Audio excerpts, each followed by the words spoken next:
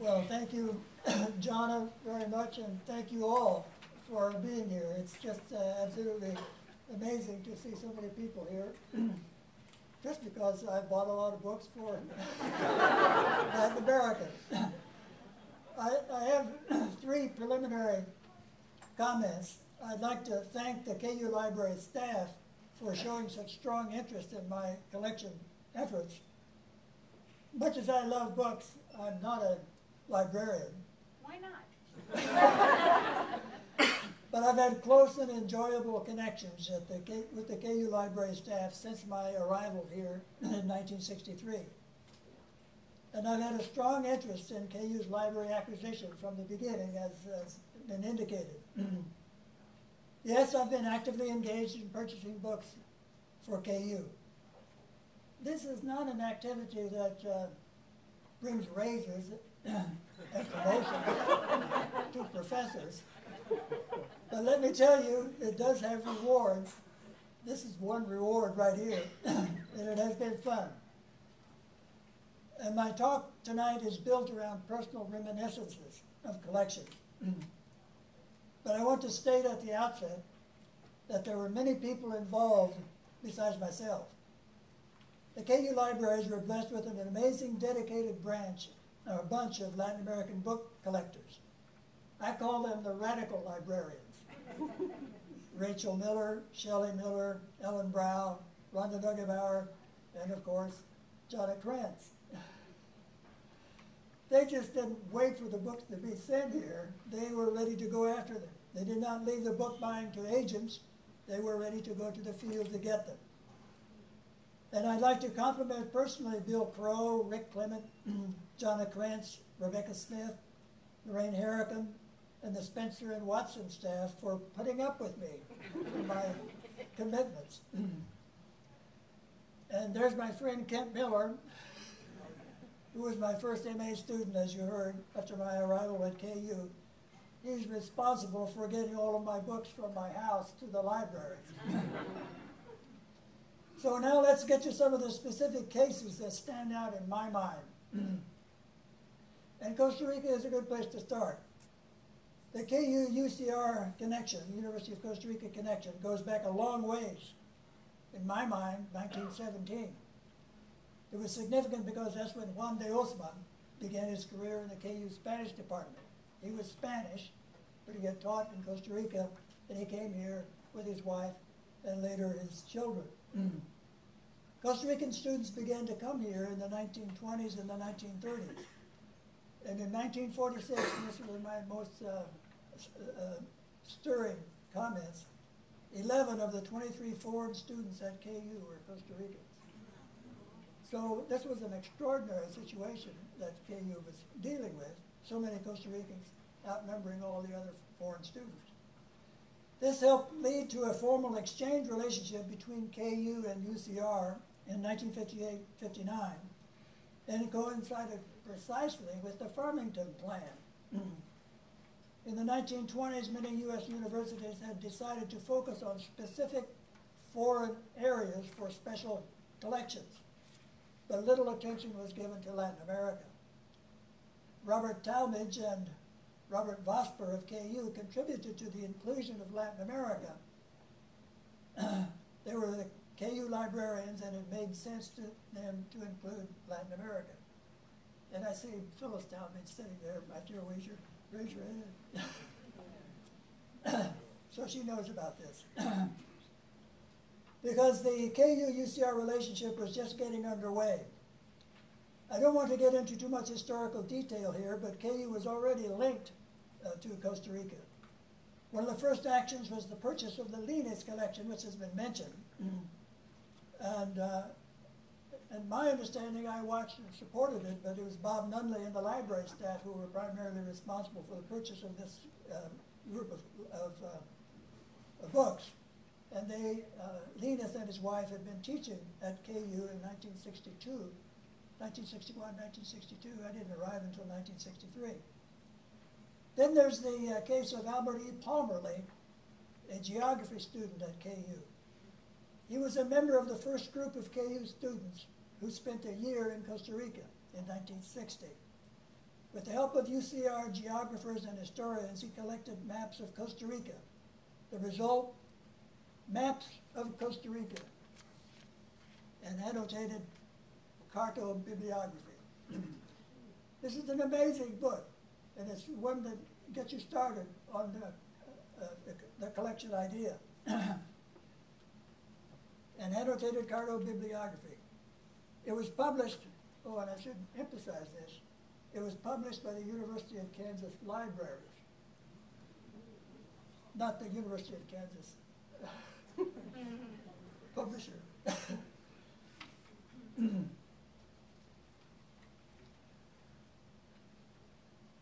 This brings up an issue which most of you are probably aware of. The KU Press does not publish on Latin America. Ask me about that later if you wish. All this was happening at the same time that the Farmington Plan was getting underway. U.S. university libraries realized that no single university could take care of all of Latin America. So they agreed on a plan to divide up collecting responsibilities. Texas got Mexico, of course. Vanderbilt got Brazil and so on. And KU, of course, got Costa Rica.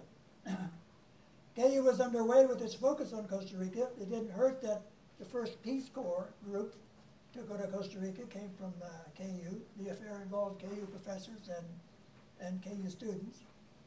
A couple of years later, I visited Charley Miller, daughter of my partner Mary, at the Library of Congress in Washington, D.C., where she was working. I also, she introduced me to the Library of Congress staff members, and I learned that few U.S. universities showed any interest in Central America at all.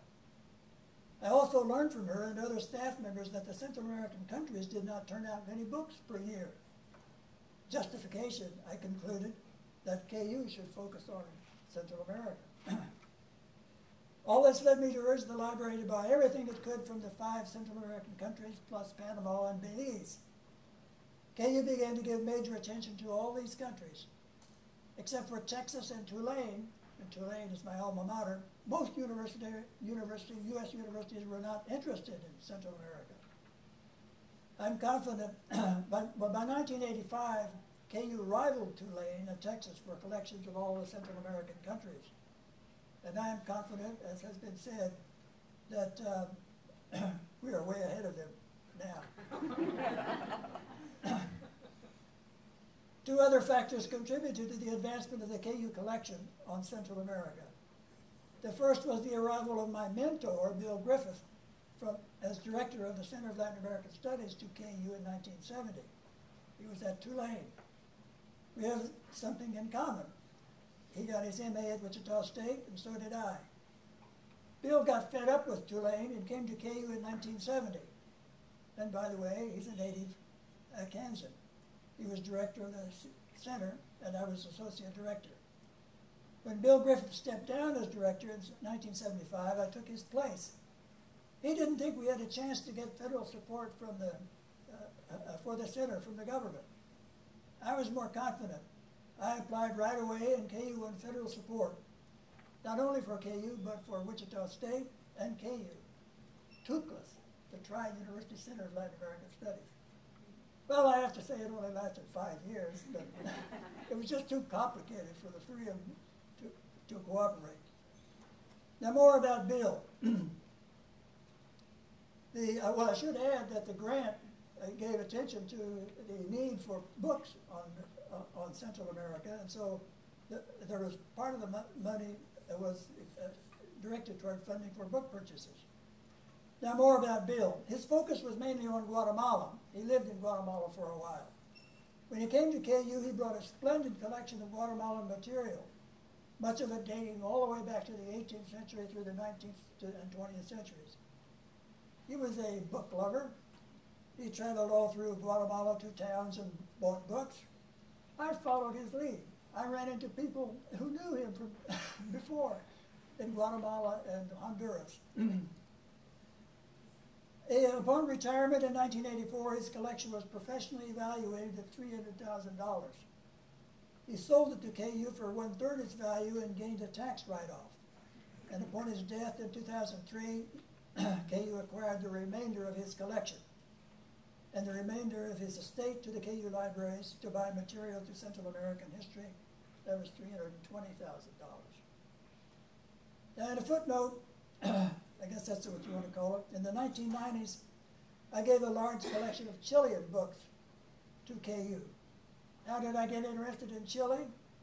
Well, I couldn't find a job when I got my PhD on Central America. Nobody cared about Central America.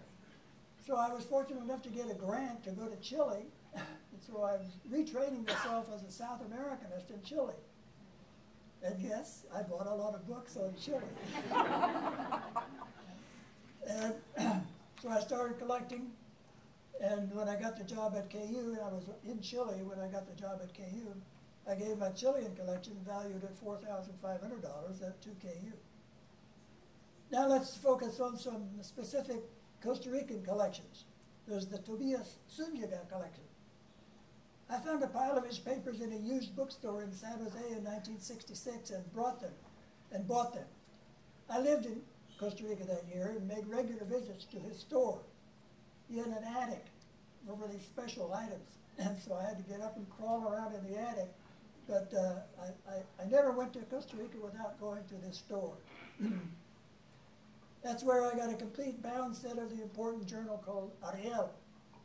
That's where I got a complete bound set of the Índice Bibliográfico de Costa Rica, the bibliographic index of Costa Rica. The owner of the company saved these items for me. They knew that I would be back. Now back to Zúñiga. He was a Costa Rican diplomat assigned to El Salvador in 1917, 1919. And later was a member of the National Assembly and as ambassador to El Salvador. Copies of his speeches, his scrapbooks, and his activities in the National Assembly are all in the KU possession. Then there's the Casement collection. This is one of my favorite stories. Dan Casement was a famous railroad builder who lived in Manhattan, Kansas. He got the contract to build the Costa Rica Railway from San Jose to the West Coast. This was in the 1901-1904 period. I had a friend at Kansas State named Jim Carey who called me one day and asked me if KU wanted the Casement collection, as he had found that the KSU library was going to throw it out. That shocked me. I didn't know much about it, but I knew who Casement was, so I said, sure. So KU refused it also. So I kept it under my desk in my office for 25 years. Finally, a few years ago, I confessed to Jonna Krantz that I had this material. And she suggested right away that I might see if the Kansas collection would be interested. Duh, Casement was a Kansas. I didn't even think about that. So the Casement collection was brought to Spencer Library. And allow me to insert a quick comment on the importance of this gift. In 1999, KU, I helped arrange a major symposium on Costa Rica, and it was the 40th anniversary of the KU University of Costa Rica relationship. We put up exhibits everywhere we could on campus. Some of you will remember this. And the Casement collection, photos and everything, went on display in Spencer. I proudly took the rector of the University of Costa Rica over to see it. Was he surprised? Well, yes. He used to live in that house. He had been raised in that same house that Casements had lived in during the early 20th century.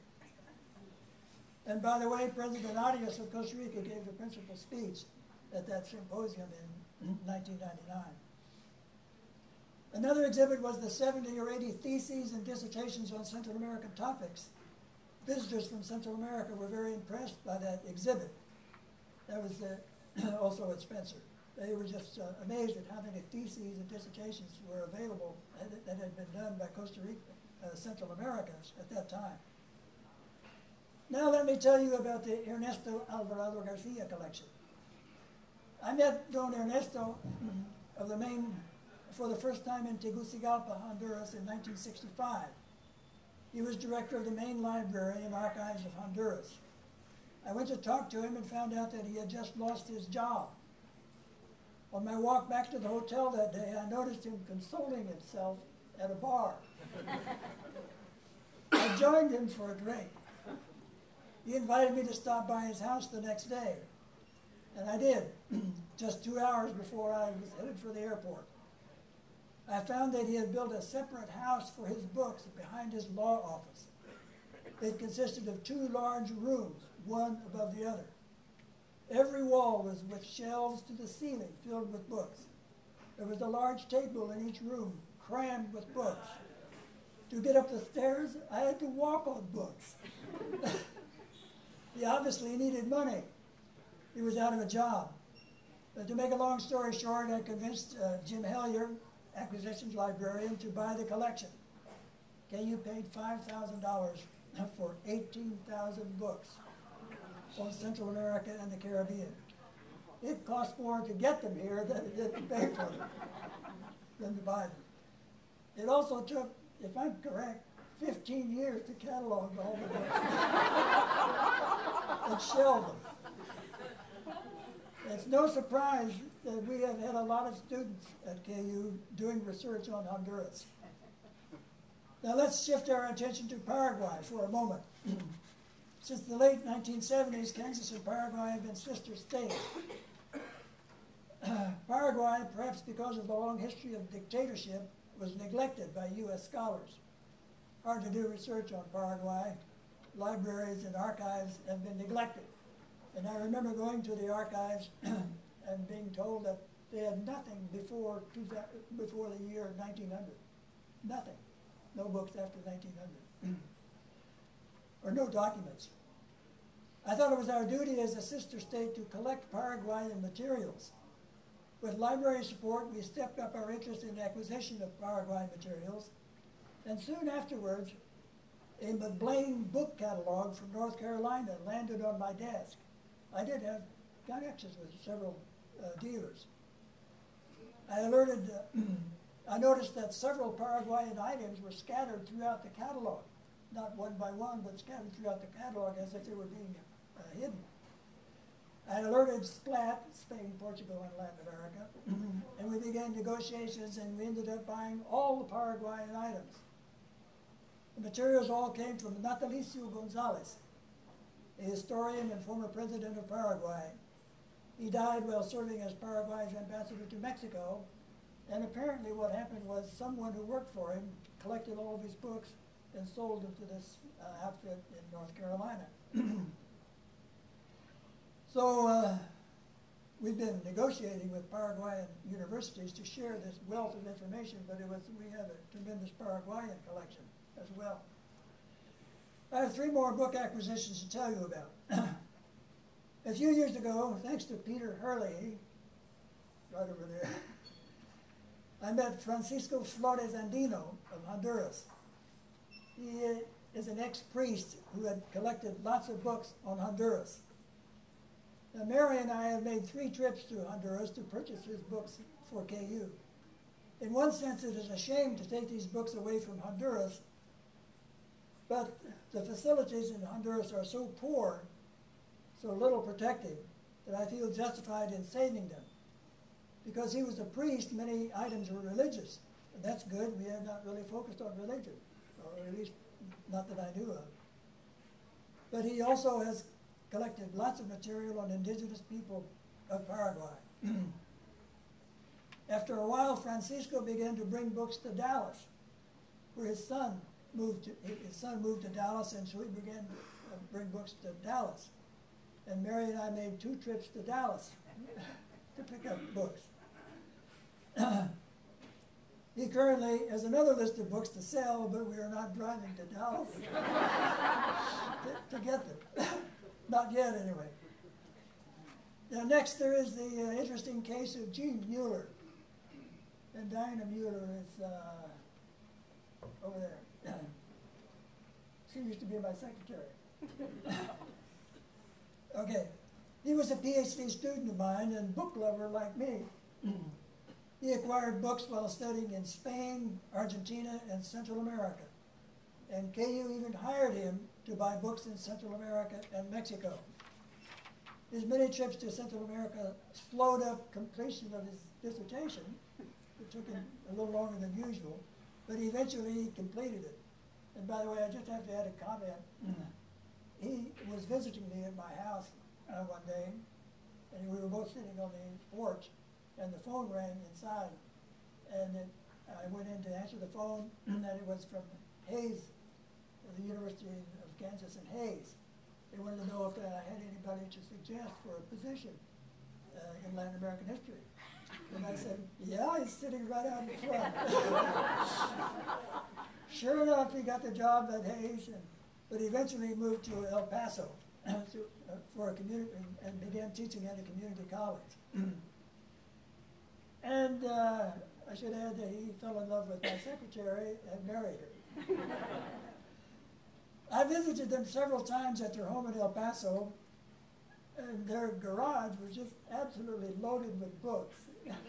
You couldn't see what all of them were because you couldn't get through the back side.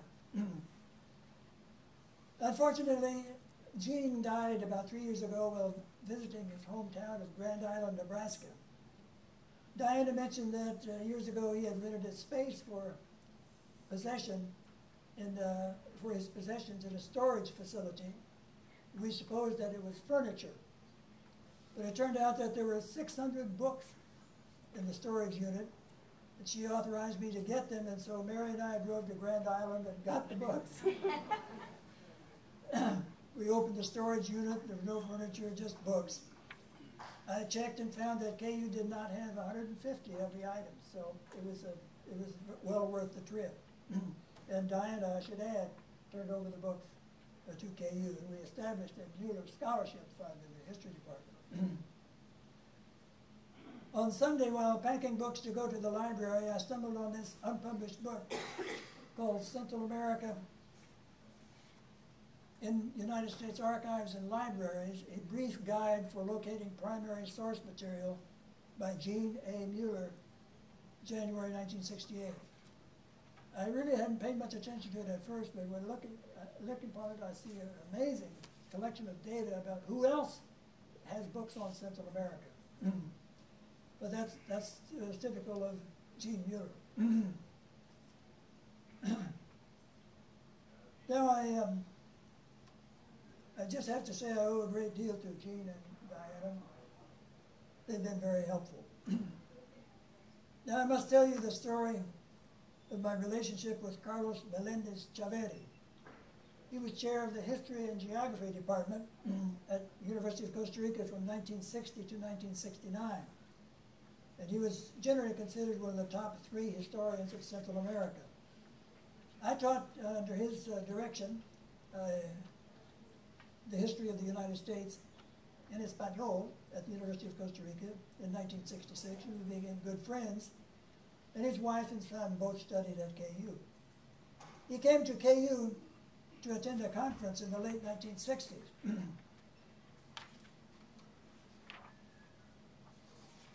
He told me that he wanted to, while he was here, he told me he wanted to visit the library at the University of Texas.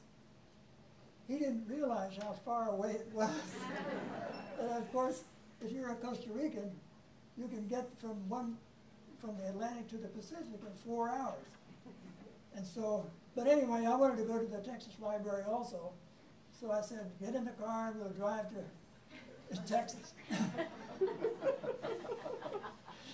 So we had a good relationship. We stopped for lunch in Oklahoma and went on to Texas and saw their collection. But we thought we had as good a collection as they did in Central America. I visited with him and his family several times at his home in Heredia, Costa Rica, and admired his tremendous library collection. When he retired, he intended to sell his collection to the University of Costa Rica. So UCR tried to hire someone in the U.S. or Mexico. They spent a year trying to find somebody who would do it for what a reasonable sum they thought would be. So the appraisers gave up, and since I happened to be there in Costa Rica, they asked me if I would appraise the collection. I said, yes, you can pay me in books. So in the year 2000, he died after an operation to remove a brain tumor. And Mary and I made 2 separate trips to Costa Rica, working about 2 weeks at each occasion. And I don't remember how much our appraisal was, but I brought this along. This is 4 volumes identifying all the books that he sold to the University of Costa Rica. It took a while to give any kind of prices at all. I would say it's something like $350,000 that week, but I'm just guessing. I can't remember for sure. So that means that for the next several years, from 2002 to 2009, I went to the publication unit at the University of Costa Rica and just picked out whatever I wanted. I just went down the line, picked them up, put them in a suitcase. I got tired of that, and I asked them if they wouldn't send them, and they did. And yes, they began to send the books. So that was a spectacular connection that I've been very pleased with.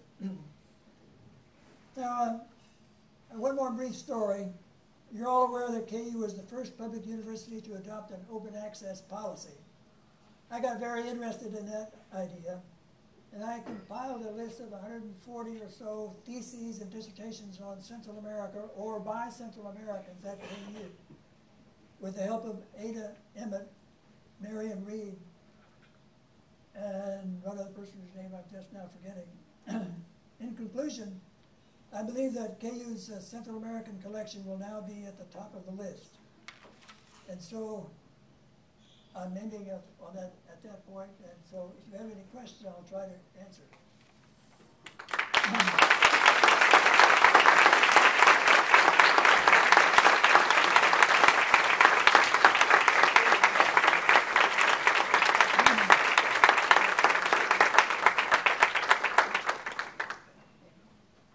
Professor Stansifer, yes.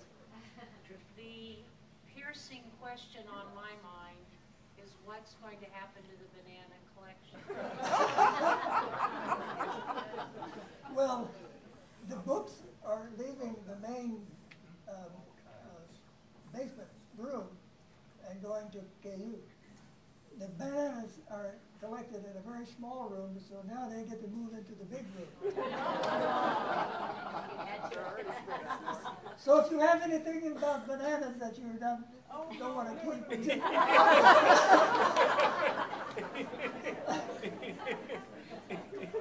someone called me the other day and asked me if I had a banana clock. I said, a banana clock? No, I've never seen a banana clock. Well, he brought it the next day. Yes, there was a question back here. I thought one time, a couple years ago, you said that maybe Costa Rica connection went back to 1893. Our man Dyke had the popular collection at his Dyke Museum Panorama, basically at the Chicago World Fair Exposition, yes. Columbia Exposition, or whatever they called it. And there was a clump, there was a Costa Rican or some Latin American. Yes. And that gave rise to the